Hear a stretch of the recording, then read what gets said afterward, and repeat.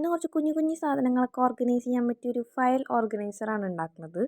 അപ്പോൾ അതിന് വേണ്ടിയിട്ട് ആദ്യം തന്നെ കളർ പേപ്പേഴ്സ് എടുക്കുന്നുണ്ട്. എന്നിട്ട് ഈ വീഡിയോയിൽ കാണുന്ന പോലെ ഫോൾഡ് ചെയ്ത് കൊടുക്കുക.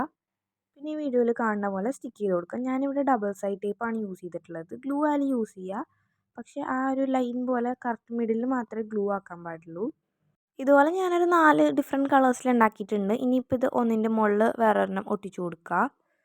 ഇപ്പോൾ ഉണ്ടാക്കിക്കൊണ്ടിരിക്കുന്നത് അതിൻ്റെ അകത്ത് വെക്കാനുള്ള സംഭവമാണ്. ഇതിനൊരു കവറും കൂടെ വേണമല്ലോ. കവർ ഉണ്ടാക്കാൻ വേണ്ടിയിട്ട് നിങ്ങൾക്ക് ക്ലോത്തിൻ്റെ കുറച്ച് കട്ടിയുള്ള ക്ലോത്ത് ഉണ്ടല്ലോ, അതായാലും യൂസ് ചെയ്യുക. എൻ്റെ അടുത്ത് ഇപ്പോൾ അതില്ലാത്തതുകൊണ്ട് ഞാൻ ഗ്രിഡ് ലൈൻസിൻ്റെ പേപ്പറാണ് യൂസ് ചെയ്തിട്ടുള്ളത്.